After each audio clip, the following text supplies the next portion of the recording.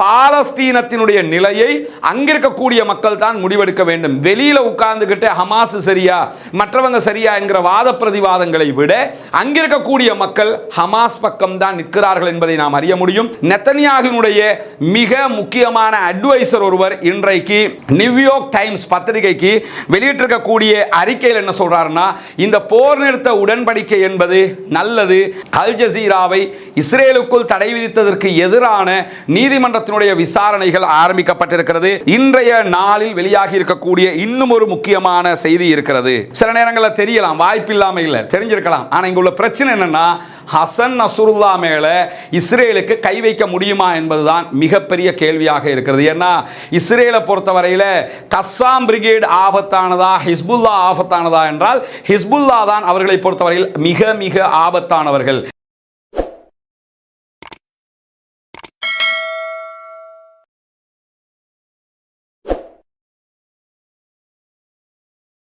அஸ்ஸலாமு அலைக்கும் வரஹ்மத்துல்லாஹி வபரகாத்துஹு. அன்பிற்கினிய சகோதர சகோதரிகளே, உங்கள் அனைவர் மீதிலும் ஏக இறைவனுடைய அமைதியும் கருணையும் உண்டாகட்டுமாக என்கிற பிரார்த்தனைகளோடு இன்றைய தினம் 241வது நாள், கிட்டத்தட்ட 8 மாதங்களை தாண்டிய நிலையில் காசா பள்ளத்தாக்கிலே நடைபெற்று வரக்கூடிய பாலஸ்தீன அப்பாவிகளுக்கு எதிரான இஸ்ரேலிய ஆக்கிரமிப்பு பயங்கரவாத இராணுவத்தினுடைய தாக்குதல்கள் தொடர்பான செய்திகளைத்தான் இன்றைக்கும் நாம் பார்க்க இருக்கிறோம். நமக்கெல்லாம் தெரியும், காசா என்கிற ஒரு சிறிய நிலப்பரப்பு வெறும் 41 கிலோமீட்டர்கள் மாத்திரமே நீளம் கொண்ட, கிட்டத்தட்ட 14 கிலோமீட்டர்கள் அகலம் கொண்ட ஒரு ஸ்ட்ரெப்பாக, ஒரு பள்ளத்தாக்காக இருக்கக்கூடிய ஒரு பகுதி. அதற்குள் தான் இன்றைக்கு இத்தனை நாட்களாக பாரிய யுத்தம் ஒன்று நடைபெற்று வருகிறது. எது எப்படி போனாலும் இந்த யுத்தம் 2 தரப்புக்கு மத்தியிலே நடைபெறுகிறது என்பது நமக்கு தெரியும். ஒருபுறம் அமெரிக்கா, இஸ்ரேல் உள்ளிட்ட அனைத்து வல்லாதிக்க நாடுகளும் இஸ்ரேலோடு நிற்கிறார்கள். இதே நேரத்தில் மறுபுறமாக பாலஸ்தீன சுதந்திர போராளிகள் அமைப்பு ஈரான் உள்ளிட்ட சில நாடுகளுடைய ஆதரவுகளோடு செயல்படுகிறார்கள். சர்வதேச மட்டத்திலே அவர்களுக்கு பாலஸ்தீனம் என்கிற வகையில் பல நாடுகளுடைய ஆதரவு இருக்கிறது. இருந்தாலும் யுத்தத்தின் போது ஆயுதங்களை வழங்குவது உள்ளிட்ட சில உதவிகளை ஈரான் உள்ளிட்ட நாடுகள் மாத்திரமே செய்து வருகிறார்கள். இப்படியான நிலையில் இந்த யுத்தத்திற்கு முன்பதாக ஹமாஸுடைய நிலை என்ன, யுத்தத்திற்கு பின்னால் ஹமாஸினுடைய நிலை என்ன என்கிற பாரிய கேள்விகள் எல்லாம் இருக்கிற போது, ஜெர்மனை தளமாக கொண்ட ஒரு அமைப்போடு இணைந்து மேற்கு கரையிலே வெஸ்ட் பேங்க் பகுதிகளிலே நடத்தப்பட்டிருக்கக்கூடிய ஒரு ஆய்வின் மூலமாக ஜெருசலம் மீடியா, இதே நேரத்தில் கம்யூனிகேஷன் சென்டர் ஆகியவை நடத்திய ஒரு கருத்து கணிப்பினுடைய முடிவுகள் இன்றைக்கு வெளியாகி இருக்கிறது. இந்த முடிவின் பிரகாரம் காசா பகுதிகளிலே இஸ்ரேலுடைய யுத்தம் ஆரம்பிக்கப்பட்டதிலிருந்து ஹமாஸினுடைய நிலை மேம்பட்டிருக்கிறது என்கிறது கருத்து கணிப்புகள். யுத்தத்தினூடாக ஹமாஸினுடைய பெயர் கெட்டிருக்கும், எனவே ஹமாஸை மக்கள் ஆதரிக்க மாட்டார்கள் என்றெல்லாம் எண்ணி இருந்த நிலையில் இந்த யுத்தத்தின் மூலமாக ஹமாஸுக்கு மக்கள் ஆதரவு பெருகி இருப்பது மட்டுமல்லாமல் ஃபத்தாஹ் உள்ளிட்ட பாலஸ்தீன அதிகாரத்தில் இருக்கக்கூடிய அத்தனை பேருடைய பிரபலங்களும் கீழ்நிலைக்கு சென்றிருக்கிறது. ஹமாஸ் தான் பாலஸ்தீனத்தை ஆள வேண்டும் என்கிற அளவுக்கு அங்கிருக்கக்கூடிய மக்கள் கருத்து வெளியிட்டிருக்கிறார்கள் என்கிற செய்திகள் வெளியாகி இருக்கிறது. குறிப்பாக இந்த கருத்து கணிப்பு காசாவுக்குள் நடத்தப்படவில்லை, காசாவுக்குள் நடத்த முடியாது, ஏன்னா யுத்தம் நடந்துகிட்டு இருக்குது. அவுட் ஆஃப் காசாவில் இருக்கக்கூடிய ஜெனின் உள்ளிட்ட பல பகுதிகளிலும், இந்த வெஸ்ட் பேங்க் உள்ளிட்ட பல பகுதிகளிலும் இந்த கருத்து கணிப்பீடு நடத்தப்பட்டிருக்கிறது. அதனுடைய முடிவுகளும் மிக துல்லியமாக வெளியிடப்பட்டிருக்கிறது. இந்த கருத்து கணிப்பிலே பதிலளித்தவர்களுடைய கிட்டத்தட்ட 40% பேர் இஸ்ரேல் மீதான அக்டோபர் 7 ஹமாஸினுடைய தாக்குதல், அதை தொடர்ந்து நடந்த யுத்தங்களில் பாலஸ்தீனிய தேசிய நலன்களுக்கு ஹமாஸ் சேவை செய்திருப்பதாக நம்புகிறார்கள் என்று தெரிவிக்கிறது. 40%க்கு மேற்பட்டவர்கள் ஹமாஸுடைய இந்த தாக்குதல் பாலஸ்தீன தேசிய நலன்களுக்கான சேவையாக மாறியிருக்கிறது, பாலஸ்தீனம் வெற்றி பெறுவதற்கான வாய்ப்பாக மாறியிருக்கிறது என்கிற கருத்துப்பட கருத்தை வெளியிட்டிருக்கிறார்கள். அதே நேரத்தில் 41%க்கும் அதிகமானவர்கள் தற்போதைய இந்த யுத்தம் என்பது ஹமாஸுக்கு சாதகமாகத்தான் முடிவடையும் என்று நம்புவதாக தெரிவித்திருக்கிறார்கள். அதே போன்று 38.5% பேர் இஸ்ரேலுக்கும் சில அரபு நாடுகளுக்கும் இடையிலான இயல்பு நிலை திட்டங்கள் முன்னேற்றம் அடைந்ததற்கு பிறகு பிறகு இந்த யுத்தம் முடிவுக்கு வரலாம் என்றும் நம்புவதாக தெரிவித்திருக்கிறார்கள். இந்த யுத்தம் முடிவுக்கு வருகிற நேரத்தில் இஸ்ரேலும் சில அரபு நாடுகளும் இந்த யுத்தத்தை அடிப்படையாக வைத்து இயல்பு நிலைகளாக மாறிக்கொள்ளும். ஆனால் பாலஸ்தீன சுதந்திர போராட்ட இயக்கமாக இருக்கிற ஹமாஸ் தான் ஜெயிப்பதற்கான வாய்ப்புகள் இருக்கிறது என்று பாதிக்கப்படுகிற மக்கள் நம்புகிறார்கள், பாலஸ்தீன மக்கள் நம்புகிறார்கள் என்கிற கருத்து கணிப்பு தான் இங்கே வெளியாகி இருக்கிறது. ஏன் இதை நம்ம இன்னைக்கு எடுத்து சொல்றோம் கேட்டா, பாலஸ்தீனத்தினுடைய நிலையை அங்கிருக்கக்கூடிய மக்கள் தான் முடிவெடுக்க வேண்டும். வெளியில உட்கார்ந்துகிட்டு ஹமாஸ் சரியா மற்றவங்க சரியா என்கிற வாத பிரதிவாதங்களை விட அங்கிருக்கக்கூடிய மக்கள் ஹமாஸ் பக்கம் தான் நிற்கிறார்கள் என்பதை நாம் அறிய முடியும்.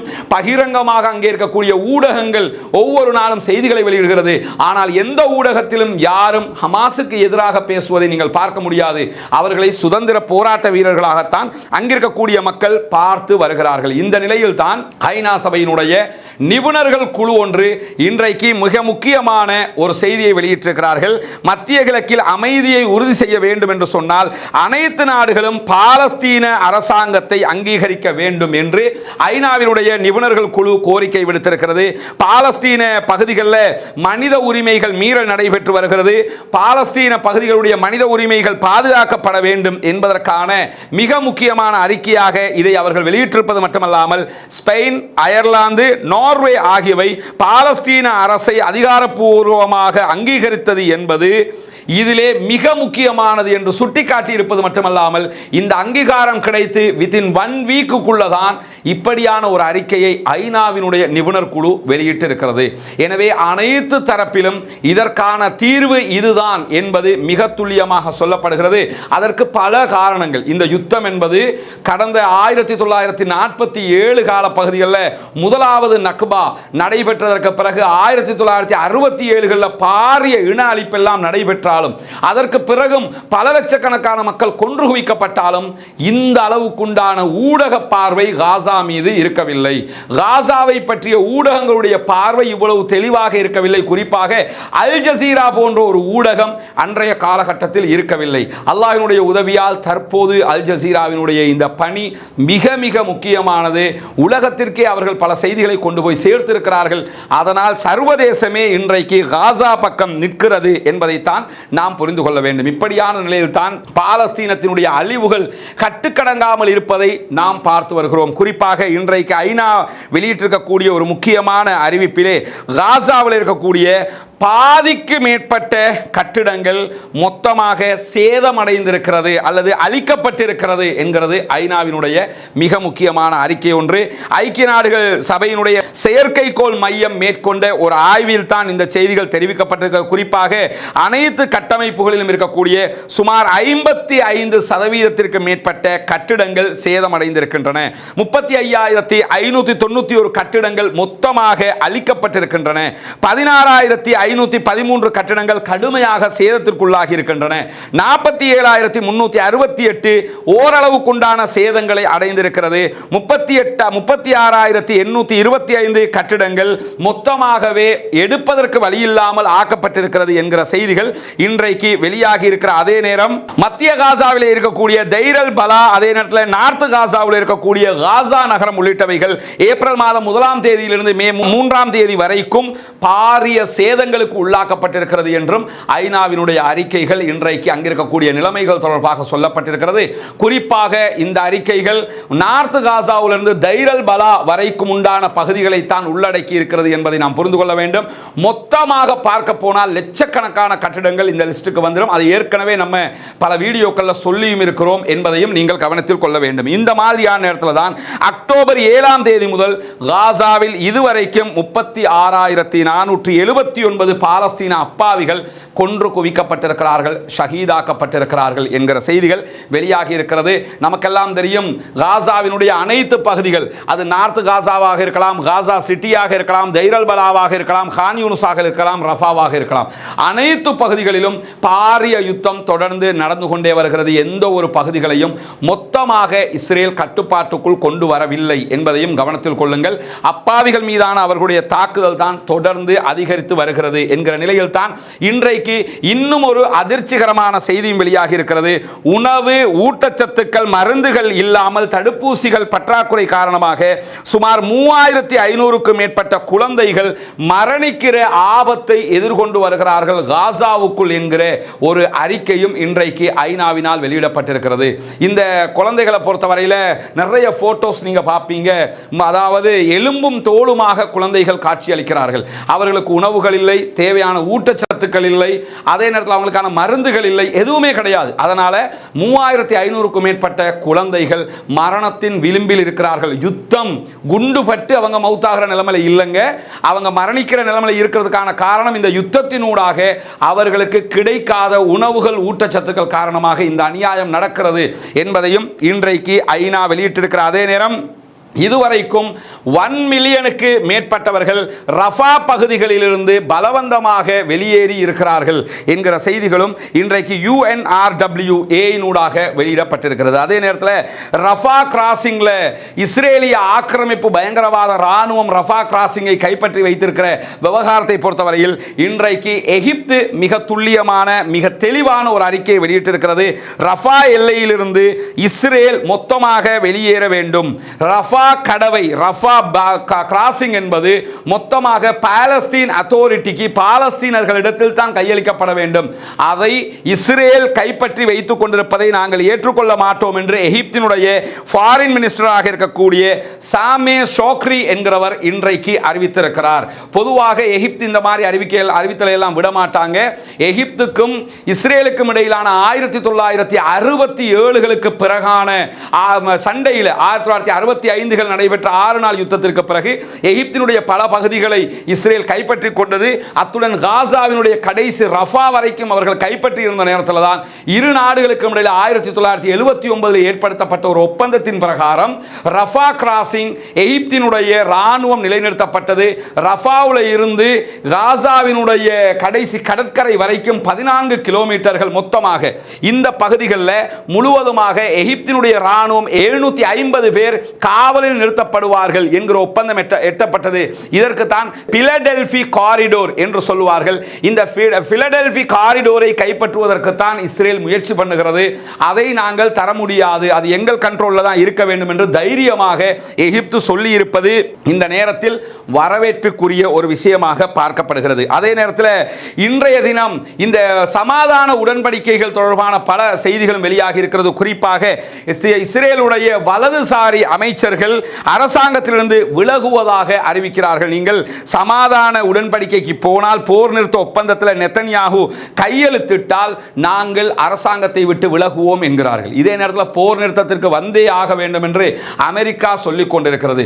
போர் நிறுத்தத்திற்கு நீங்கள் போயே தீர வேண்டும் என்று சொல்லி பாதிக்கப்பட்ட ஹமாஸிடத்தில் பணைய கைதிகளாக இருக்கக்கூடியவர்களுடைய குடும்பங்கள் நெத்தன்யாகுவை வலியுறுத்தி கொண்டே இருக்கின்றது. போர் நிறுத்தத்திற்கு நீங்கள் சைன் பண்ணணும், கையெழுத்திட வேண்டும் என்று சொல்லி எதிர்க்கட்சி இன்றைக்கு இஸ்ரேலுடைய எதிர்க்கட்சியும் வெளிப்படையாகவே இன்றைக்கு கோரிக்கை விடுத்திருக்கிறது. ஏன்னா இது அவர்களுடைய உள்நாட்டுக்குள்ளேயே பெரிய குழப்பத்தை உண்டாக்கி இருக்கிறது. குறிப்பாக எதிர்க்கட்சி எப்படா ஆட்சியை பிடிக்கணும் இருக்கிறாங்க. அவங்களுக்கு இந்த யுத்தம் நிறுத்தப்பட்டால் தான் எலெக்ஷன் நடைபெறும். எலெக்ஷன் நடைபெற்றால் கண்டிப்பாக நெத்தன்யாகு தோல்வி அடைவார் என்பது அவர்களுக்கு தெரியும். அதனால தான் அவங்க யுத்தத்தை நிறுத்த சொல்றாங்களே தவிர காசாவில் அப்பாவிகள் கொல்லப்படுகிறார்கள் என்பதற்காக அவர்கள் நிறுத்த சொல்லவில்லை என்பதையும் புரிந்து கொள்ளுங்கள். அதே நேரத்தில் இந்த யுத்தம் நிறுத்தப்பட்டால் தான் தங்களுடைய உறவுகளை மீட்டுக் கொண்டு வர முடியும் என்கிற காரணத்தினால தான் அங்கிருக்கக்கூடிய கைது செய்யப்பட்டிருக்கக்கூடிய பிணை கைதிகளுடைய உறவினர்கள் யுத்தத்தை நிறுத்துங்கள் என்று கோரிக்கை விடுத்துக் கொண்டிருக்கிறார்கள். இப்படி எல்லா தரப்புக்கும் மத்தியில் மாட்டிக்கொண்டு சிக்கிக்கொண்டு முழித்துக் கொண்டிருக்கிறார் நெத்தன்யாகு என்கிற நிலையில் நெத்தன்யாகுவினுடைய மிக முக்கியமான அட்வைசர் ஒருவர் இன்றைக்கு நியூயார்க் டைம்ஸ் பத்திரிகைக்கு வெளியிட்டிருக்கக்கூடிய அறிக்கையில் என்ன சொல்றாருன்னா, இந்த போர் நிறுத்த உடன்படிக்கை என்பது நல்லது, ஆனால் இந்த உடன்படிக்கை இந்த போர் நிறுத்த உடன்படிக்கை என்பது நல்லதில்லை, இதுல எந்த ஒரு நலவும் நடக்காது, ஆனாலும் அதை இஸ்ரேல் ஏற்றுக்கொள்ளும் என்கிறார். ஏன்னா இதில் வரக்கூடிய சில நிபந்தனைகள் எங்களுக்கு எதிராக இருக்குது, ஆனாலும் இதை இஸ்ரேல் ஏற்றுக்கொள்ளும் என்று அவர் சொல்லியிருக்கக்கூடிய நேரத்தில் இந்த யுத்தத்தை முடிவுக்கு கொண்டு வருவதற்கு போர் நிறுத்த உடன்படிக்கையை ஏற்றுக்கொள்கிறோம் என்று இன்றைக்கே நீங்கள் அறிவிக்க வேண்டும் என்று எதிர்க்கட்சி கடுமையாக வலியுறுத்தி கொண்டிருக்கிறது என்கிற செய்திகளை எல்லாம் தி இஸ்ரேலி டைம்ஸ் பத்திரிகை வெளிப்படையாகவே வெளியிட்டுக் கொண்டிருக்கிறது. இஸ்ரேலுடைய பல ஊடகங்களும் இந்த செய்திகளை வெளியிட்டுக் கொண்டிருக்கிறார்கள் என்கிற நிலையில் தான் அமெரிக்காவினால் முன்மொழியப்பட்டிருக்கக்கூடிய யுத்த நிறுத்தத்திலே மொத்தமாக என்ன இருக்கிறது என்பது வெளிப்படையாக இதுவரைக்கும் தெரியாமல் இருக்கிறது. ஆரம்பத்தில் எகிப்தில் செய்யப்பட்ட ஒப்பந்தங்கள் தான் இதற்கு அடிப்படையாக இருக்கிறது என்று சொல்லப்பட்டாலும் இதை நாங்கள் கண்ணால் பார்க்க வேண்டும், எங்களுக்கு நீங்கள் இன் ரிட்டன் அதில் டாக்குமெண்ட்டை தரணும் என்று சொல்லி ஹமாஸ் கேட்டிருக்கிறார்கள். எது எப்படி போனாலும் யுத்த நிறுத்தத்தை அமெரிக்கா முன்மொழிந்ததை ஹமாஸ் வரவேற்றிருந்தாலும் நாங்கள் யுத்த நிறுத்தத்தினுடைய தரவுகளை கண்ணால் பார்த்ததற்கு பின் தான் முடிவு சொல்ல முடியும் என்று ஹமாஸ் அறிவித்திருக்கிறார்கள். இதுவரைக்கும் அதனுடைய டாக்குமெண்ட் எதுவுமே வெளியிடப்படவில்லை. வெளியிடப்படுகிற போது அதனுடைய மொத்த அறிக்கை என்ன சொல்கிறது என்கிற தகவல்களை நாமும் உங்களோடு பகிர்ந்து கொள்ள தயாராக இருக்கிறோம் என்கிற நிலையில் தான் இன்றைய தினம் அல் ஜசீராவை இஸ்ரேலுக்குள் தடை விதித்ததற்கு எதிரான நீதிமன்றத்தினுடைய விசாரணைகள் ஆரம்பிக்கப்பட்டிருக்கிறது. அந்த உச்ச நீதிமன்ற விசாரணைகள் இஸ்ரேலுக்குள் நடைபெற்று வருகிற நேரத்தில் இந்த அல் ஜசீரா மீதான தடை என்பது ஊடக சுதந்திரத்தின் மீதான தாக்குதல் என்று சொல்லி உச்ச நீதிமன்ற நீதிபதிகளில் ஒருவர் கருத்து வெளியிட்டிருக்கிறார். இது அல் ஜசீராவுக்கு சாதகமானது என்று அல் ஜசீரா இன்றைக்கு அறிவித்திருக்கக்கூடிய செய்திகளும் இன்றைக்கு வெளியாகி இருக்கிறது. இந்த மாதிரியான நேரத்தில் தான் என்னவெல்லாம் நடக்கிறது, காசாவுக்குள் என்ன செய்கிறார்கள் கஸ்ஸாம் பிரிகேடும் அல் குதுஸ் படையணியும், என்ன செய்கிறார்கள் ஹூதிகள், என்ன நடந்து கொண்டிருக்கிறது ஹெஸ்புல்லாக்களுடைய லெபனான் பார்டரில் என்கிற கேள்விகள் மிக முக்கியமானது. அவற்றைத்தான் இப்பொழுது நம்ம பார்க்க இருக்கிறோம். குறிப்பாக இன்றைக்கு நடைபெற்று வரக்கூடிய மிக முக்கியமான விவகாரங்களில் ஒன்றுதான் 50க்கு மேற்பட்ட இலக்குகள் மீது காசாவுக்குள் தாக்குதல் நடத்தி இருப்பதாக அறிவித்திருக்கிறது இஸ்ரேலிய ஆக்கிரமிப்பு பயங்கரவாத ராணுவம். கடந்த 24 மணி நேரங்களுக்குள்ளாக 50க்கு மேற்பட்ட தாக்குதல்களை இஸ்ரேல் நடத்தி இருக்கிறது.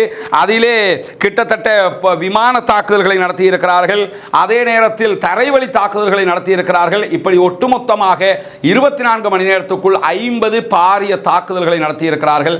அங்கிருக்கக்கூடிய 100க்கும் மேற்பட்ட சகோதரர்கள் இன்றும் கொல்லப்பட்டிருக்கிறார்கள் என்கிற தகவல்கள் வெளியாகி இருக்கிறது. அல்லாஹ் தான் அவர்களை பாதுகாக்க வேண்டும். அல்லாஹ் மட்டுமே அவர்களுக்குரிய பாதுகாவலன். நம்முடைய பிரார்த்தனைகள் தொடர்ந்து அவர்களுக்காக இருக்க வேண்டும். சகோதரர்களே, மறவாமல் பாலஸ்தீன மக்களுக்காக பிரார்த்தனை செய்யுங்கள், பாலஸ்தீன மக்களுக்காக துஆ செய்யுங்கள். பாலஸ்தீன மக்களுக்கு இந்த அநியாயத்தை செய்யக்கூடிய இஸ்ரேலுக்கும் இஸ்ரேலிய ஆதரவு நாடுகளுக்கும் எதிராக அல்லாஹ்விடத்திலே குனூத்துன் நாசிலாவை ஓதி பிரார்த்தனை செய்யுங்கள் என்கிற கோரிக்கைகளையும் இந்த இடத்தில் மீண்டும் ஒரு முறை வலியுறுத்தி கொண்டு இன்றைய நாளில் வெளியாகி இருக்கக்கூடிய இன்னும் ஒரு முக்கியமான செய்தி இருக்கிறது. இன்றைக்கு அல் ஜசீரா ஒரு முக்கியமான இந்த நடக்கக்கூடிய யுத்தம் தொடர்பான நிபுணர் ஒருவருடைய ஆய்வறிக்கையை வெளியிட்டிருக்கிறார்கள். குறிப்பாக தோஹா கத்தாரில் இருக்கக்கூடிய பட்டதாரி ஆய்வு கழகத்தினுடைய ஆய்வாளராக இருக்கிற உமர் ஆஷூர் என்பவருடைய ஆய்வறிக்கையை வெளியிட்டிருக்கிறார்கள். அதிலே உமர் ஆஷூர் என்கிற ஆய்வாளர் வெளியிட்டிருக்கக்கூடிய தகவல் என்னவென்று சொன்னால், இஸ்ரேலுடைய ராணுவ வியூகம் காசாவிலே தோல்வி அடைந்திருக்கிறது.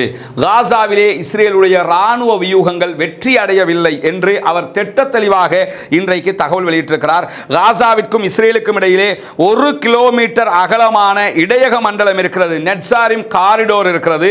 இந்த நெட்சாரிம் காரிடோர் பகுதிகளில் காசாவை வடக்கும் தெற்குமாக பிரிப்பதற்கு பலமுறை அவர்கள் முயற்சி செய்தாலும் அது இதுவரைக்கும் நிறைவேறவில்லை. காசாவில் இருந்து உள்ள வரும்போது நம்ம ஆரம்பத்தில் நம்முடைய வீடியோக்களை பார்த்தாக்களுக்கு தெரியும், காசாவில் இருந்து உள்ள நுழைகிற நேரத்தில், அதாவது சலாஹுத்தீன் அய்யூபி என்கிற பெயரில் இருக்கக்கூடிய ஷேக் சலாஹுத்தீன் அய்யூபியினுடைய பெயரில் உருவாக்கப்பட்ட பெரிய ஹைவே இருக்கிறது. அந்த ஹைவேயை பிரித்து காசாவினுடைய மறுபகுதியை நெட்சாரிம் பகுதிகளோடு இணைத்து பிரித்து ஆளுவதற்கு இஸ்ரேல் திட்டமிட்டிருந்ததாகவும் அந்த திட்டம் இதுவரைக்கும் பலிக்கவில்லை என்றும் வடக்கு காசாவில் மீண்டும் ஹமாஸ் உச்சகட்ட பலத்தோடு இருப்பதாகவும் இன்றைக்கு ஆய்வறிக்கைகள் சொல்லிக் கொண்டிருக்கிற அதே நேரம் காசாவை கிழக்கு மேற்கு என பிரிக்கும் வகையில் சலாஹுத்தீன் தெருவில் இருக்கக்கூடிய நிலைகளில் அவர்கள் நிலை நிற்க பார்த்தார்கள். அதுவும் அவர்களுக்கு தோல்வியாக மாறி இருக்கிறது. ஜபாலியாவில் அவர்கள் செய்ய நினைத்ததை செய்ய முடியாமல் போய்விட்டது. ரஃபாவிலும் இஸ்ரேலிய ராணுவம் தனது ராணுவ நோக்கங்களை இன்னும் அடையவில்லை என்கிறார் ஆஷூர் ஒமர். இன்றைக்கு ஆஷூர் ஒமருடைய இந்த ஆய்வறிக்கை, தோஹா கத்தாரினுடைய மிக முக்கியமான ஆய்வாளராக இருக்கிறார். அவர்தான் இந்த கருத்துக்களை வெளியிட்டிருக்கிறார். இருக்கிறார். நமக்கு தெரியும் கத்தார் தான் இந்த யுத்தத்தில் மிக முக்கியமான பங்காளியாக இருந்து சமாதான பேச்சுவார்த்தைகளை நடத்தக்கூடியவர். அந்த அடிப்படையில் தோஹா கத்தாருடைய ஆய்வாளர் இந்த கருத்தை வெளியிட்டிருக்கிறார். அந்த கருத்தை மிக முக்கியமான ஒரு செய்தியாக அல் ஜசீரா வெளியிடுறாங்க. காரணம் என்னன்னா, யாரு ஜெயிக்கிறா என்கிற கேள்விகள் வருகிற நேரத்தில் நம்ம ஆரம்பம் முதல் இதுவரைக்கும் சொல்லுகிற செய்தி தான், அங்கே அப்பாவிகளை கொள்வதுதான் இஸ்ரேலுடைய வேலையாக இருக்கிறது.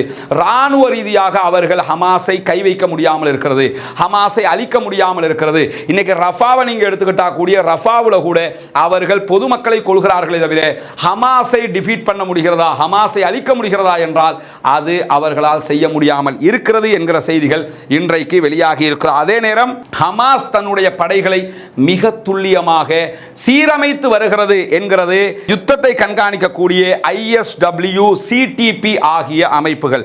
குறிப்பாக 2 பாலஸ்தீன ஆயுத குழுக்கள், அல் குதுஸ் படையணியும் அல் கஸ்ஸாம் படையணியும் காசா பகுதியில் இருந்து இஸ்ரேல் மீது சரமாரியான ராக்கெட் தாக்குதல்களை தொடர்ந்து நடத்தி வருகிறார்கள். கரேம் அபு ஷலேம் பகுதிகளில், அதாவது ரஃபா பார்டர் மாதிரி கரேம் அபு ஷலேம் பார்டர் இருக்கிறது.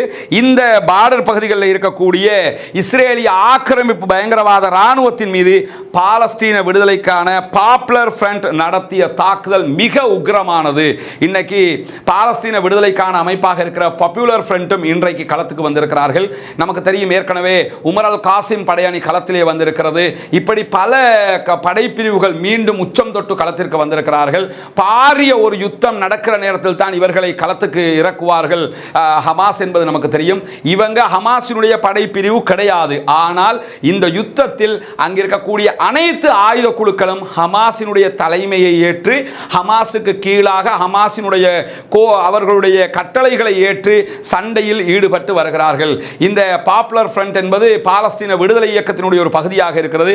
அவர்களும் ஹமாஸினுடைய கமெண்ட்டுக்கு கீழே, ஹமாஸினுடைய கட்டளைகளுக்கு கீழாக சண்டையிடுகிறார்கள் என்பதுதான் மிக முக்கியமானது. பிளவுபடாத ஒரு ராணுவ குழுவை ஹமாஸ் கட்டமைத்திருக்கிறது. எல்லா குழுக்களையும் ஒன்று சேர்த்து ஒரு குழுவாக மாற்றி அவர்கள் சண்டையிட்டு வருகிறார்கள் என்பதை நாம் கவனிக்க கடமைப்பட்டிருக்கிறோம். இந்த நிலையில் தான் ஹமாஸ் பாலஸ்தீன பகுதிகளில் உச்சமாக அவர்களுடைய படைகளை சீரமைத்திருக்கிறார்கள் என்கிறது வார் கண்காணிப்பு அமைப்பு. இதுவெல்லாம் இன்றைக்கு நடக்கக்கூடிய மிக முக்கியமான செய்திகளாக இருக்கிற நிலையில தான் இன்னைக்கு வளம மாதிரி ஒருத்தன் வந்து என்ன செஞ்சிருக்கிறான்னு கேட்டா ஒரு காமெடியை பண்ணியிருக்கிறாப்ல. அது என்ன காமெடி என்று சொன்னா, யோஷி கோஹன் என்கிறவர், இவர் யாருன்னு கேட்டா மொசாதினுடைய முன்னாள் தலைவர், இப்ப இருக்கிற தலைவர் கிடையாது, மொசாதுடைய முன்னாள் தலைவர். அவர் என்ன சொல்றாருன்னு கேட்டா, ஹெஸ்புல்லாக்களுடைய தலைவர் ஹசன் நஸ்ருல்லா இருக்கிற இடம் எங்களுக்கு துல்லியமாக தெரியும், நாங்க நினைச்சோம் என்று சொல்லி சொன்னா அவரை போட்டு தள்ளுவோம் என்று அறிவித்திருக்கிறார்கள். சில நேரங்களில் தெரியலாம், வாய்ப்பு இல்லாமல் இல்லை, தெரிஞ்சிருக்கலாம். ஆனால் இங்க உள்ள பிரச்சனை என்னன்னா, ஹசன் நஸ்ருல்லா மேல இஸ்ரேலுக்கு கை வைக்க முடியுமா என்பதுதான் மிகப்பெரிய கேள்வியாக இருக்கிறது. ஏன்னா இஸ்ரேலை பொறுத்தவரையில் கஸ்ஸாம் பிரிகேட் ஆபத்தானதா, ஹிஸ்புல்லா ஆபத்தானதா என்றால் ஹிஸ்புல்லா தான் அவர்களை பொறுத்தவரையில் மிக மிக ஆபத்தானவர்கள். எனவே ஹிஸ்புல்லாக்கள் மீது கை வைப்பதற்குத்தான் அவர்கள் அச்சப்படுவார்கள். ஒவ்வொரு முறையும் ஹிஸ்புல்லாக்கள் மீதான தாக்குதல் நடத்தப்படுகிற நேரத்தில் என்ன நடக்கிறது என்பதை அவர்கள் பார்த்து கொண்டிருக்கிறார்கள். இது எதுக்கான பதிலடினா, ஹசன் நஸ்ருல்லா திட்டவட்டமாக திட்ட தெளிவாக சொல்லிட்டாரு, ஏற்கனவே 1967களுக்கு பிறகு கைப்பற்றப்பட்ட லெபனானுடைய பல நகரங்கள், அது லெபனான் பகுதி தான், ஆனால் இஸ்ரேல் தன்னுடைய நாடு, இஸ்ரேலே வந்து குடியேறின நாடு தானே, நம்ம இஸ்ரேல்ன்றதுக்கு அது ஆக்கிரமிப்பு பாலஸ்தீனம். அதே நேரத்தில் ஆக்கிரமிப்பு லெபனான் என்று சொன்னால் இஸ்ரேலால் லெபனானுடைய பகுதிகள் ஆக்கிரமிக்கப்பட்டிருக்கிறது. அந்த பகுதிகளில் பல நகரங்கள் எங்களுடைய கண்காணிப்பின் கீழ் வந்துவிட்டது என்று ஹசன் நஸ்ருல்லா 3 நாட்களுக்கு முன்பதாகவே அறிவித்து விட்டார். எங்க கண்காணிப்பு கீழே தான் நாங்கள் வச்சிருக்கோம், அங்கே ஒருத்தம் கிடையாது இஸ்ரேல் ஆட்கள். அதே நேரத்தில் நேற்றைய தினம் இஸ்ரேலே அறிவித்த ஒரு செய்தி தான், ஹிஸ்புல்லாக்களில் படுபயங்கரமான படைப்பிரிவாக இருக்கக்கூடிய ரதுவான் படைப்பிரிவு 20 தொடக்கம் 30 கிலோமீட்டர்கள் வரை பல பகுதிகளை கண்ட்ரோல் பண்ணி இருக்கிறது என்கிற செய்திகளும் வெளியாகி இருக்கிறது. இன்றைக்கும் ரதுவானுடைய பயங்கர தாக்குதல் வீடியோக்கள் எல்லாம் வெளியாகி இருக்கிறது. இந்த மாதிரியான நேரத்தில் தான் ரதுவான் படைப்பிரிவு களத்திலே இருக்கிறது. பல நகரங்களை ஹிஸ்புல்லாக்கள் கண்காணிப்பின் கீழ் கொண்டு வந்து விட்டார்கள். ஏன் அவர்கள் நாங்கள் கைப்பற்றி விட்டோம் என்று ஏன் அறிவிக்காமல் இருக்கிறாங்கிறது தெரியல. ஏன்னா அவங்க எதை செஞ்சாலும் ஈரானுடைய அறிவிப்பு இல்லாமல் பண்ண மாட்டாங்க. இதே நேரத்தில் கஸ்ஸாம் பிரிகேடோடு முரண்பட்ட மாதிரியும் நடந்து கொள்ள மாட்டாங்கிறதுனால ஏதாவது திட்டங்கள் இருக்குதாங்கிறது நமக்கு தெரியல. ஆனாலும் முழுவதுமாக அவங்க தான் அங்கே இருக்கிறாங்க, அங்கே இஸ்ரேல் கிடையாது. ஆனாலும் நாங்கள் பிடிச்சிட்டோம் என்கிற வார்த்தையை மட்டும் அவங்க சொல்ல, நாங்கள் கண்காணித்து விட்டோம், எங்கள் கண்காணிப்புக்கு கீழே தான் இருக்கிறது என்பதை திட்டத்தெளிவாக அவர்கள் சொல்லி இருக்கிறார்கள். இந்த நிலையில தான் மொசாதுடைய முன்னாள் தலைவர் சொல்றாரு, நாங்க நினைச்சோம்னா ஹசன் நஸ்ருல்லாவை போட்டு தள்ளிடுவோம் அப்படின்னு சொல்லியிருக்கிறாரு. ஆனா உண்மையிலே இப்படி ஒன்று நடக்குமாக இருந்தால் அந்த பகுதியில் என்ன நடக்கும் என்பது இஸ்ரேலுக்கு தெரியாமலும் இல்லை. ஏன்னு கேட்டா ஹிஸ்புல்லாக்கள் இருக்கிற படைகளிலேயே ரொம்ப ஆபத்தானவங்கிறது இஸ்ரேலுக்கு தெரியும். 2006 இஸ்ரேல் அதை உணர்ந்து விட்டது. 2011 இஸ்ரேலும் அமெரிக்காவும் அதை உணர்ந்து விட்டது. அமெரிக்காவினுடைய ராணுவ கப்பல் மீது இன்னைக்கு தான் ஹூதிகள் தாக்குதல் நடத்துறாங்க. ஆனா 2011 பாரிய தாக்குதல்களை ஹிஸ்புல்லாக்கள் நடத்தி விட்டார்கள். எனவே படுபயங்கரமான படைப்பிரிவாக அவர்கள் இருக்கிற காரணத்தினால இப்படி பேச்சுக்கு மிரட்டலாமே தவிர யதார்த்தத்தில் அப்படி ஒன்று நடந்திருந்தால் என்ன நடக்கும் என்பதையும் உலகம் பார்த்து கொள்ளும் என்பது அவர்களுக்கு தெரியாமல் இல்லை. இதே நேரத்தில் இதை சொன்னவர் மொசாதுடைய முன்னாள் தலைவரே தவிர இப்ப இருக்கக்கூடிய தலைவர் இல்லை என்பதையும் நீங்க புரிஞ்சுக்கிற. அதே நேரத்தில் 55% இஸ்ரேலியர்கள் ஹிஸ்புல்லாவினுடையான போரை வடக்கு பக்கம் விரிவுபடுத்த வேண்டும் என்று ஆசைப்படுகிறார்கள் என்றும் அவர் சொல்லியிருக்கிறார். 55% மக்கள் ஹிஸ்புல்லாக்களோட மோதனம் என்று விரும்புறாங்களாம். ஆல்ரெடி மோதல் நடந்துகிட்டு தான் இருக்குது, விரிவுபடுத்தணும் என்று விரும்புறாங்களாம். விரிவுபடுத்தாம எல்லாம் இல்லை, இன்னைக்கும் ஹிஸ்புல்லாவுடைய இலக்குகளை நோக்கி கடுமையான தாக்குதல்களை இஸ்ரேல் நடத்தி இருக்கிறது, இல்லாம இல்லை. ஆனா அதைவிட கடுமையான பதிலடியை ஹிஸ்புல்லாக்கள் கொடுத்திருக்கிறார்கள். இஸ்ரேலுடைய போர் விமானங்கள் தெற்கு லெபனானிலே குண்டு வீசி இருக்கிறது. இன்றைக்கு ஒரு கார் மீது தாக்குதல் நடத்தி இருக்கிறார்கள். அதிலே சில பேர் கொல்லப்பட்டும் இருக்கிறார்கள் என்கிற நிலையில் வடக்கு இஸ்ரேல் மீது கத்யுக்ஷா வகையான ராக்கெட் தாக்குதல்களை கடுமையாக ஹிஸ்புல்லாக்கள் இன்றைக்கு நடத்தி இருக்கிறார்கள். அதனுடைய வீடியோக்களையும் அவர்கள் வெளியிட்டிருக்கிறார்கள். நார்த் இஸ்ரேல் மீது கடும் தாக்குதலை அவர்கள் நடத்தி கொண்டு வருகிறார்கள். அதே நேரத்தில் அலப்போ பகுதிகளில், சிரியாவினுடைய அலப்போ நகரத்தில் இஸ்ரேல் இன்றைக்கு ஒரு தாக்குதல் நடத்தி இருக்கிறது. அதிலே 12 பேர் கொல்லப்பட்டிருப்பதாக சிரியாவினுடைய வார் கண்காணிப்பு அமைப்பு சொல்லி இருக்கிறது. சிரியா மேல திரும்ப தாக்குதல் நடத்தி இருக்கிறாங்க. ஏற்கனவே சிரியாவில் இருக்கக்கூடிய ஈரானுடைய தூதுவர் ஆலயத்தின் மீது தாக்குதல் நடத்த போய் தான் வாங்கி கட்டிக்கிட்டாங்க என்றது தெரியும். மீண்டும் இப்படி ஒரு தாக்குதலை நடத்தி இருக்கிறார்கள். ஆனால் இது சிரியாவினுடைய ஆட்கள் மீதே தாக்குதல் நடத்தி இருக்கிறார்கள். இதே ஈரான் மீதான தாக்குதலாக இது மாற்றப்பட்டால் என்ன நிலைமை நடக்கும் என்பதும் தெரியும். சிரியா இதுவரைக்கும் எந்த விதமான பதிலளிப்புகளையும் செய்யவில்லை என்பதையும் நாம் உணர்ந்து கொள்ள கடமைப்பட்டிருக்கிறோம். இப்படியான நேரத்தில் தான் செங்கடலில் இருந்து ஏவப்பட்ட ஏவுகணைகளை நாங்கள் இடைமறித்திருக்கிறோம் என்று இஸ்ரேலிய ராணுவம் இன்றைக்கு அறிவித்திருக்கிறது. செங்கடலில் இருந்து இஸ்ரேல் மீது ஏவப்பட்ட ஏவுகணைகளைத்தான் அவர்கள் தடுத்திருப்பதாக சொல்லுகிறார்கள். செங்கடலில் இருக்க ஹூதிகள் தான் இந்த தாக்குதலை நடத்தி இருக்க வேண்டும். ஆனால் இதுவரைக்கும் ஹூதிகள் நாங்கள் இஸ்ரேல் மீது தாக்குதல் நடத்தினோம் என்பதையும் அறிவிக்கவில்லை. அதே நேரத்தில் ஹூதிகள் தான் எங்கள் மீது தாக்குதல் நடத்தினார்கள் என்று இஸ்ரேலும் சொல்லவில்லை. பொத்தாம் பொதுவாக என்ன சொல்றாங்கன்னா, செங்கடலில் இருந்து எங்கள் மீது ஏவப்பட்ட ஏவுகணைகளை தடுத்து நிறுத்தி இருக்கிறோம் என்று சொல்கிறார்கள். இதிலே என்ன விதமான தாக்குதல்கள், என்ன விதமான அங்கே விளைவுகள் ஏற்பட்டது என்பதையும் அவர்கள் சொல்லவில்லை. பொறுத்திருந்து பார்ப்போம் என்ன சொல்கிறார்கள் ஹூதிகள் என்பதை. ஹூதிகள் இதுவரைக்கும் எந்த விதமான அறிவித்தலையும் இது தொடர்பில் வெளியிடவில்லை. அப்படியான நேரத்தில் தான் இஸ்ரேல் ராணுவத்தினுடைய கலீலி தலைமையகத்தை இன்றைக்கு தரைமட்டமாக்கி இருக்கிறது ஹிஸ்புல்லாக்கள் என்கிற செய்திகள் இன்றைக்கு வெளியாகி இருக்கிறது. விஷயத்தை ஃபர்ஸ்ட்டுக்கு கேட்டுக்கிட்டு அது எப்படியெல்லாம் தரைமட்டமாக்கப்பட்டிருக்கிறது, எப்படி பற்றி எரிகிறது என்கிற வீடியோக்களை நம்ம பின்னாடி பார்க்கலாம். அதே நேரத்தில் இன்றைய தினம் தெற்கு லெபனானில் இருக்கக்கூடிய சைதா மாவட்டத்தில் கூடிய ஒரு கார் மீது தான் இஸ்ரேல் தாக்குதல் நடத்தி இருந்தது. அதற்கு பதிலடியாகத்தான் கலீலில் இருக்கக்கூடிய இஸ்ரேலுடைய ராணுவ தலைமையகத்தை இன்றைக்கு அழித்திருக்கிறது ஹிஸ்புல்லாக்கள் என்கிற செய்திகள் வெளியாகி இருக்கிறது. அதே நேரத்தில் நகல், கெர்ஷோம், டிஷோன் என்கிற பகுதியினுடைய கிழக்கு பகுதி ஆகிய பகுதிகளில் இஸ்ரேல் மீது ட்ரோன் தாக்குதல்களையும் பாரிய அளவில் நடத்தி இருக்கிறது ஹிஸ்புல்லாக்கள் என்கிற செய்திகளும் இன்றைக்கு வெளியாகி இருக்கிற. அதே நேரம் லிமான் என்கிற பகுதிக்கு தெற்கிலே இருக்கக்கூடிய இஸ்ரேலுடைய இலக்குகள் மீது வான்வழி தாக்குதல்கள், ட்ரோன் அட்டாக்ஸ் இன்றைக்கு நடத்தப்பட்டிருக்கிறது ஹிஸ்புல்லாக்கள் மூலம். அதே நேரத்தில் அந்த பகுதிகளில் இருக்கக்கூடிய அயன்டோமினால் ஹிஸ்புல்லாக்கள் ஏவிய ஏவுகணைகளை இடைமறிக்க முடியாமல் போய்விட்டதாகவும் அது திட்டத்தெளிவாக வெடித்து சிதறி இருப்பதான செய்திகளும் இஸ்ரேலில் இருந்து வரக்கூடிய செய்தி பத்திரிகைகளே இவற்றை இன்றைக்கு தெளிவாக வெளியிட்டிருக்கிறார்கள். குறிப்பாக நகாரியாவில் இன்றைக்கு பாரிய ஏவுகணை தாக்குதல்களை ஹிஸ்புல்லாக்கள் நடத்தியிருக்கிறார்கள். கடந்த அக்டோபர் 7ஆம் தேதி ஹமாஸ் இஸ்ரேல் மீது தாக்குதல் நடத்தியது. அதற்கு பிறகு அக்டோபர் 8ஆம் தேதி இஸ்ரேல் பாலஸ்தீன மீது தாக்குதல் நடத்த ஆரம்பித்தது. அதே அக்டோபர் 8ஆம் தேதி ஹிஸ்புல்லாக்கள் இஸ்ரேல் மீது தாக்குதல் நடத்த ஆரம்பித்தார்கள். அக்டோபர் 8ஆம் தேதி தேதியிலிருந்து இதுவரைக்கும் 241 நாட்களில் நஹாரியா பகுதிகளில் முதல் தடவையாக ஹிஸ்புல்லாக்கள் இன்றைக்கு பாரிய தாக்குதல்களை நடத்தியிருக்கிறார்கள். நஹாரியாவில் தாக்குதல் நடத்தப்படும் என்று அங்கிருக்கக்கூடிய யாருமே எதிர்பார்க்காத நிலையில் பாரிய தாக்குதல்கள் நடத்தப்பட்டு அங்கிருக்கக்கூடியவர்கள் இன்றைக்கு அகதிகளாக குடிபெயர்ந்திருக்கிறார்கள் என்கிற செய்திகளும் இன்றைக்கு வெளியாகி இருக்கக்கூடிய அதே நேரம் தியாகி உமர் அல் காசிம் படைப்பிரிவு அதே நேரத்தில் அல் குதுஸ் படையணிகள் இணைந்து இன்றைய நாளில் ஸ்டெடரோத் மீது பாரிய ஏவுகணை தாக்குதல்களை நடத்தி இருக்கிறார்கள் என்கிற செய்திகளை இன்றைக்கு ஹமாஸும் இதே நேரத்தில் தியாகி உமர் அல் காசிம் படைப்பிரிவும் அல் குதுஸ் படைப்பிரிவும் இன்றைக்கு வெளியிட்டிருக்கிறார்கள். கடுமையான நார்த் காசா மேல ஏவுகணை தாக்குதல்களை இன்றைக்கு இந்த படைப்பிரிவுகள் நடத்தி கொண்டிருக்கிறது. நமக்கு தெரியும் உமர் அல் காசிம் படைப்பிரிவு ரீசெண்டாக மீண்டும் களத்துக்கு வந்திருக்கிறாங்க, பாரிய தாக்குதல்களை நடத்தி கொண்டிருக்கிறார்கள். அதே நேரத்தில் அல் அக்ஸா தியாகிகள் படைப்பிரிவு இன்றைக்கு காசாவில் இருக்கக்கூடிய நெட்சாரிம் பகுதிகளில் பாரிய ஏவுகணை தாக்குதல்களை நடத்தி இருக்கிறார்கள்.